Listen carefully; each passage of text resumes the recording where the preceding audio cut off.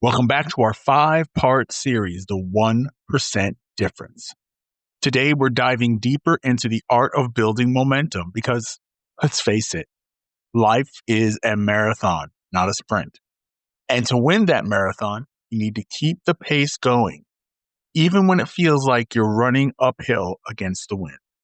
Welcome to the Catalyst Podcast, raw, real, and unedited. My name is Jason, and you can find Catalyst at Facebook, YouTube, Instagram, Threads, and TikTok. You can listen to this podcast on your favorite streaming services. A catalyst has the power to create change, and we hope that's what this podcast will do. Now, if you would like to be a part of this podcast as a guest or a contributor, you can email us at catalystmotivationpodcast@gmail.com. catalystmotivationpodcast@gmail.com. Welcome to episode 72, The 1% Difference, Part 2. Building momentum. Before we get started, I want to say thank you to our listeners in the Philippines, in Germany, in India, in Mexico, and all over the U.S. We really appreciate you listening, and we hope you're finding some benefit in what we're doing. So once again, thank you. Share it, spread the word, and let's grow this community, all right? Remember that old saying, a journey of 1,000 miles begins with a single step? Well, today we're going to talk about the power of compound interest, which is essentially the idea that small, consistent actions can lead to significant results over time. It's like watching a snowball roll downhill, getting bigger and bigger and faster with each turn. You know, it's the magical financial concept where money grows exponentially over time. Well, the same principle applies to personal growth and habit formation. So let's break it down. Okay. Imagine you're trying to build a new habit, like working out every day. At first, it might feel tough. You might miss a day here and there, but if you can just stick with it, even if for just a little bit each day, you will start to see progress. Now, as you continue to progress, that progress will start to compound. Each small win will build on the last, making it easier and easier to stick with your new habit. So again, like I said, it's like a snowball running downhill. First, it's small and slow, but as it rolls, it picks up more and more snow, gathering momentum and size, and eventually it becomes a massive snowball that's unstoppable. So don't get discouraged if you don't see immediate results. Remember, the journey is the reward. Keep showing up, keep putting in the work, and trust that the compound effect will work its magic. One of the best ways to build momentum is to track your progress. When you can see your progress visually, it can be incredibly motivating. It's like watching a plant grow taller and stronger each day. Now, there are many ways to track your progress. You can use a journal, a spreadsheet, or like I do, a dedicated app. The important thing is find a method that works for you and stick with it. Now, the app I use, I just absolutely love. I keep a journal as well to track my daily habits and reflections. But the app is so useful because the phone is always with me and I always have the ability to put something down. And it's an accountability thing, you know? I have no excuse because my phone is with me. I don't have to search for a spreadsheet or a journal. I have it with me so I can stay and be accountable. I use it for my daily goals. I use it for my long-term goals. I use it for specific points that I have. It's very useful and keeps me on track. So whether you're tracking your workouts, your diet, or your productivity, find a system that works for you and stick with it. The key is to make it a habit so it becomes second nature. Another important aspect of building momentum is to celebrate the small wins. Celebrate the small wins. Don't wait until you've reached your ultimate goal. These small wins are absolutely crucial for maintaining momentum. They're fuel for the fire, keeping you motivated and inspired. And the reason we do this is because when you celebrate your small wins, you're reinforcing positive behavior and motivating yourself to keep going. It's the equivalent of giving yourself a pat on the back, a small reward for a job well done. So when you achieve a goal, no matter how small it is, take a moment to celebrate.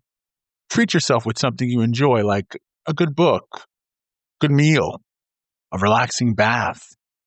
This will help you stay positive and focused on your journey. Consistency is key. When I hear this phrase, it reminds me of my high school football coach. You've got to be consistent. You've got to be consistent. And he was absolutely right. Consistency is the key when it comes to building momentum. It's like a train. Once it gets going, it's hard to stop. But it can be tough to stay consistent, especially when things get tough. So here are a few tips for staying consistent. Are we ready? Okay. Number 1, find an accountability partner.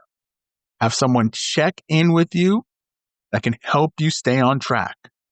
For example, if you're trying to work out more, find a friend or a family member who will exercise with you or ask about your progress.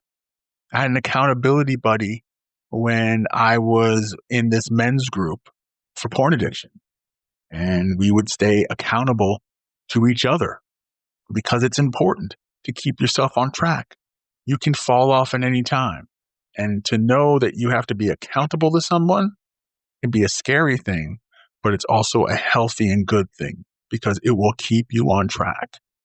And though, you might be afraid of it, being able to have that connection with that person is so incredibly powerful, because then you reciprocate that back for that person. You're watching each other, you're helping each other, and you're holding each other to a standard. Okay? Number 2, break down your goals into smaller, more manageable steps. I've said this once before.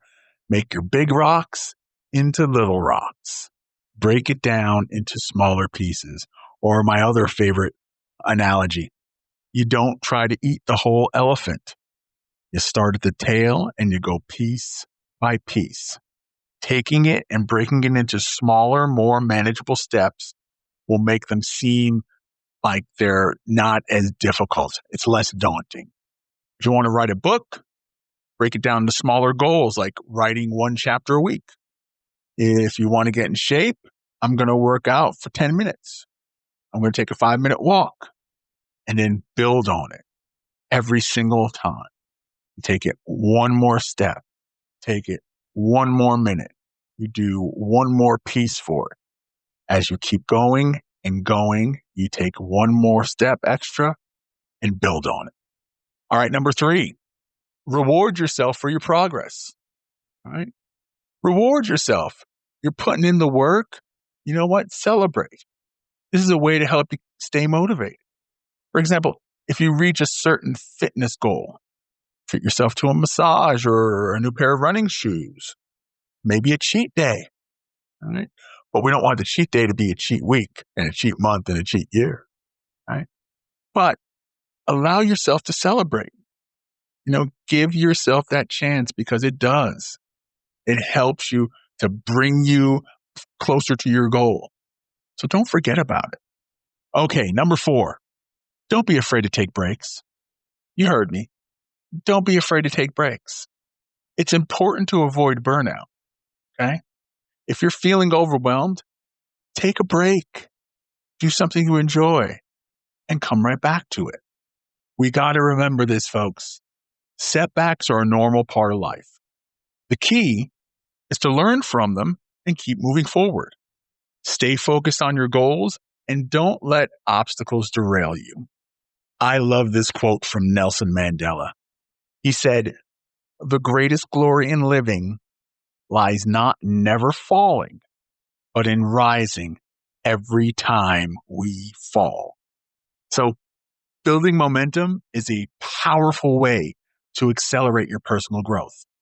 By understanding the compound effect, tracking your progress, celebrating small wins, and staying consistent, you can achieve anything you set your mind to. Remember, the journey of 1,000 miles begins with a single step.